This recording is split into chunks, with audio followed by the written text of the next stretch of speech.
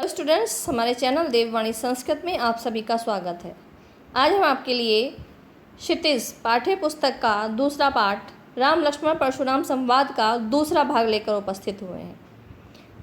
जैसा कि इसके नाम से पता है, राम लक्ष्मण परशुराम संवाद। यह संवाद गोस्वामी तुलसीदास द्वारा लिखित रामचरितमानस के राम लक्ष्मण परशुराम संवाद का जो भाग है उससे आपकी पाठ्य पुस्तक में लिया गया है।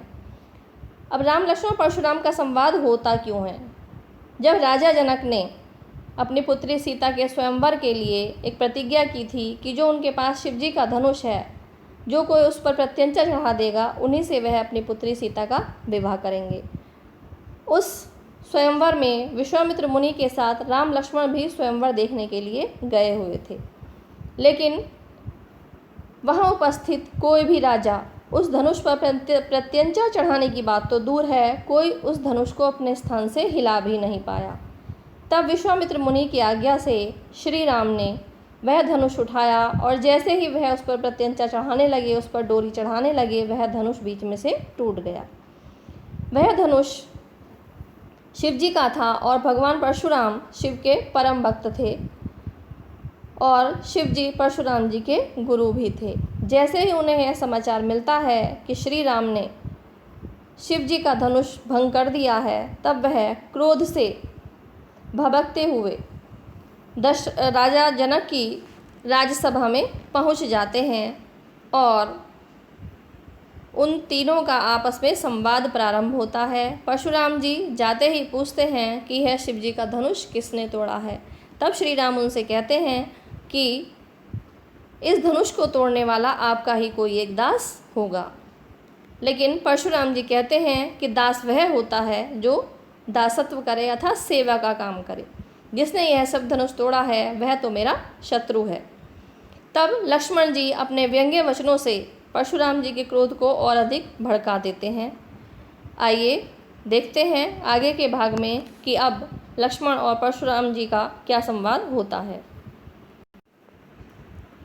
लखन कहा हंसी हमरे जाना, सुनहु देव सब धनुष समाना। का क्षति लाभ जून धनु तोरे, देखा राम नयन के भोरे। लखन कहा हंसी हमरे जाना, लक्ष्मण जी ने कहा हंसी हंसकर, हमरे जाना हमारे लिए तो, हमने तो ये जाना है। सुनहु देव, हे देव सुनो, सब धनुष समाना, हमारे लिए तो सब धनुष एक समान है। लक्ष्मण जी ने परशुराम जी से हंसते हुए कहा कि हे देव, हमें तो सब धनुष एक जैसे लगते हैं। का क्षति लाभ जून धनु तोड़े, का क्या क्षति हानि, लाभु लाभ, जून इस धनु तोड़े, धनुष को तोड़कर, तोड़े यानी तोड़कर, कि इस धनुष को तोड़कर हमें क्या हानि होगी अथवा क्या लाभ होगा।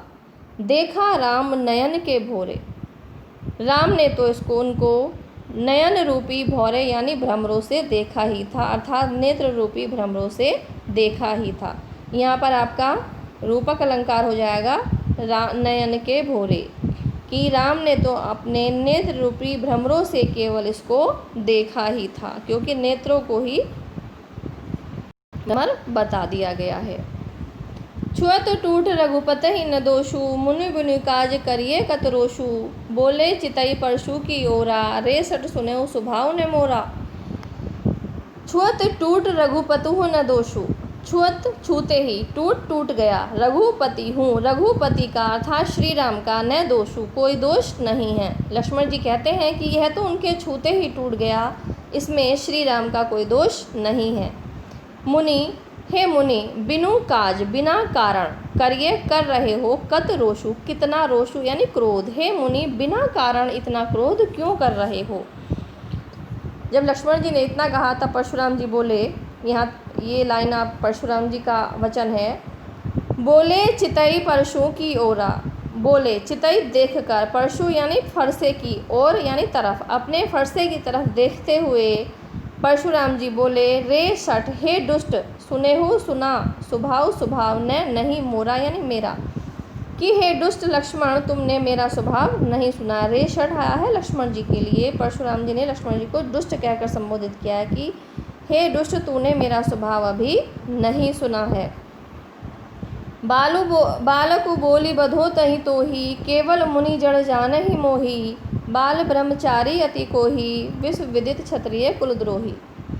बालको बोली बधो नहीं तोही, बालको यानी बालक, बोली समझकर, बधो बध नहीं, तो ही तुम्हारा, कि मैं बालक समझकर तुम्हारा वध नहीं कर रहा हूँ।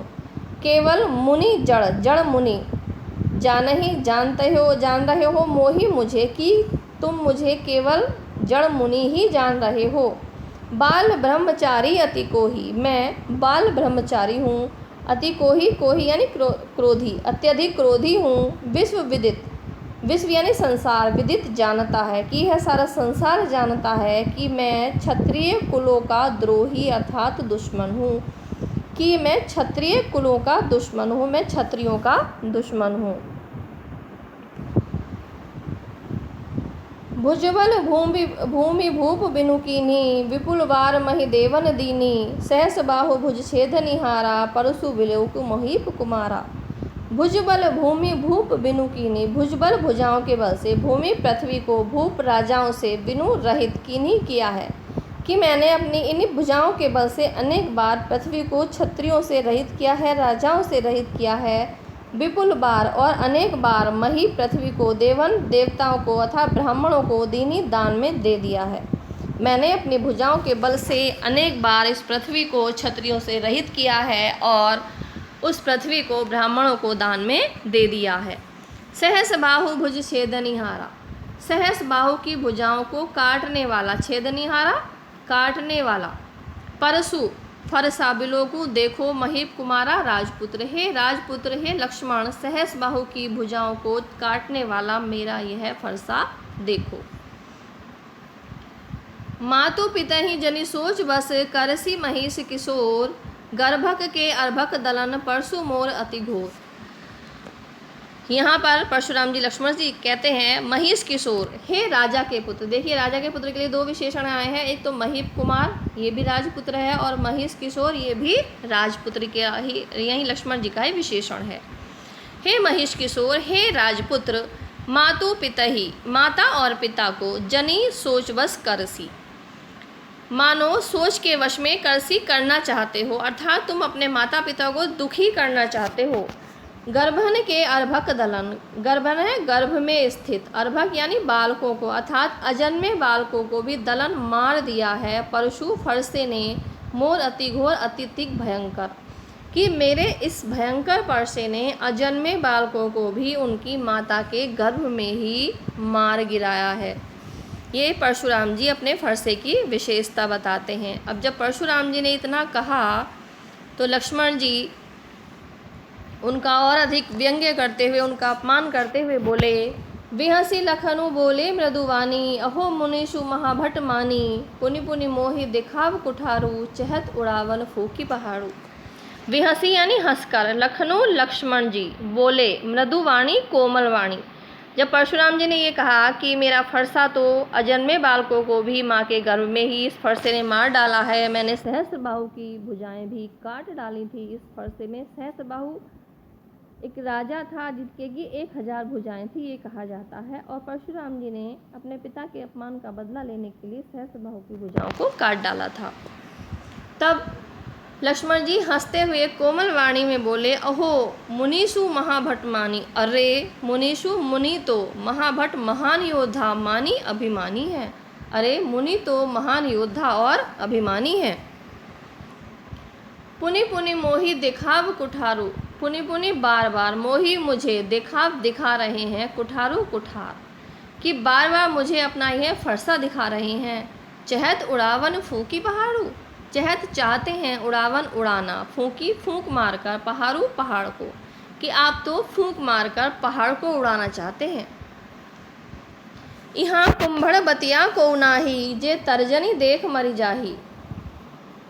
यहाँ कुंभरवतिया छुई मुई का पौधा, को नाही नहीं है, कि यह कोई, मैं कोई छुई मुई का पौधा नहीं हूँ। जे जो तर्जनी देखी, आपकी तर्जनी उंगली देखकर, यानी हाथ में जो पहली उंगली होती है उसको तर्जनी उंगली भी कहा जाता है, मरी जाही की। और छुई मुई के पौधे की एक विशेषता होती है कि छुई मुई का जो पौधा होता है, अगर उसको हम हाथ के अपने फर्स्ट फिंगर को अगर उससे टच करें तो वो अपने में सिमट जाता है, यानी जैसे पौधे का एक स्वाभाविक गुण होता है कि उसकी पत्तियाँ बिल्कुल खुली खुली सी रहती हैं, लेकिन छुई मुँह के पौधे की ये विशेषता है, ये खासियत है कि अगर उसको हम अपने हाथ की फर्स्ट फिंगर यानी तर्जनी उंगली दिखाएं तो वो अपने में सिमट जाता है, सिकुड़ जाता है। तो वैसे ही लक्ष्मण जी यहाँ परशुराम जी से कह रहे हैं कि यहाँ मैं कोई छुई मुँह का पौधा नहीं हूँ जो आपकी तर्जनी उंगली देखकर मर जाएगा या सिमट जाएगा। देखी कुठारू सरासन बाना, मैं कछु कहाँ सहित अभिमाना। देखी यानी देख कर, कुठारू फरसा, सरासन बाण और धनुष बाण। सर आसन यानी सरों का, यानी कि बाणों का जो आसन हो वह है। बाण किस पर बैठते हैं? धनुष पर। तो सरासन का अर्थ हुआ धनुष और बाणा बाण। कि मैंने आपके फरसे और धनुष बाण को देखकर ही कछु कहा सहित अभिमान, अभिमान के सहित कुछ कह दिया था कि मुझे लगा था कि आप तो वीर योद्धा हैं, इसलिए मैंने ऐसे वाक्य आपको कह दिए थे।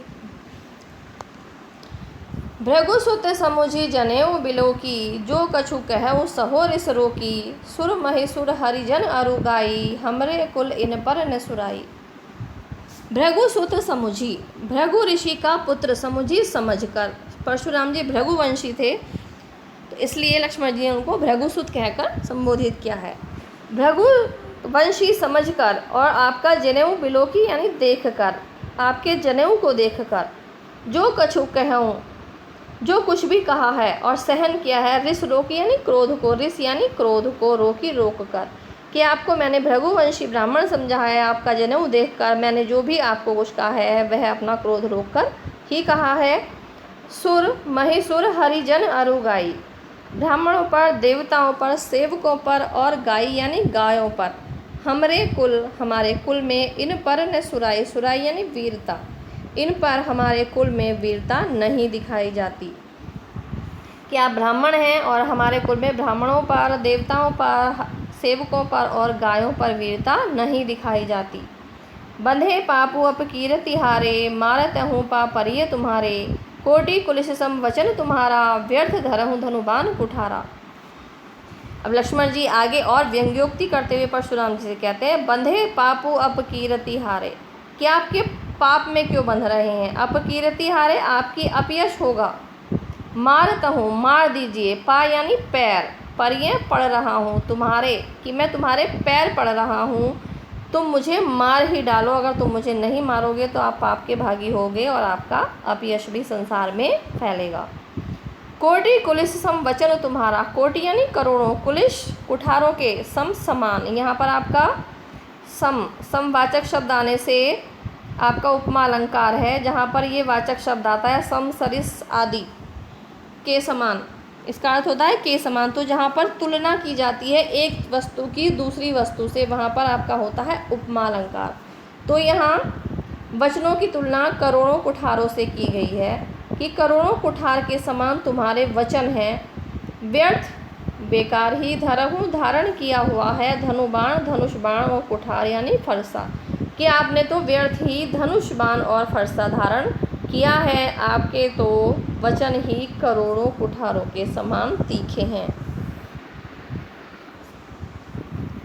जो बिलो की अनुचित कहूँ, क्षमहु महामुनि धीर। सुने सरोस भृगुवंश मणि, बोले गिरा गंभीर।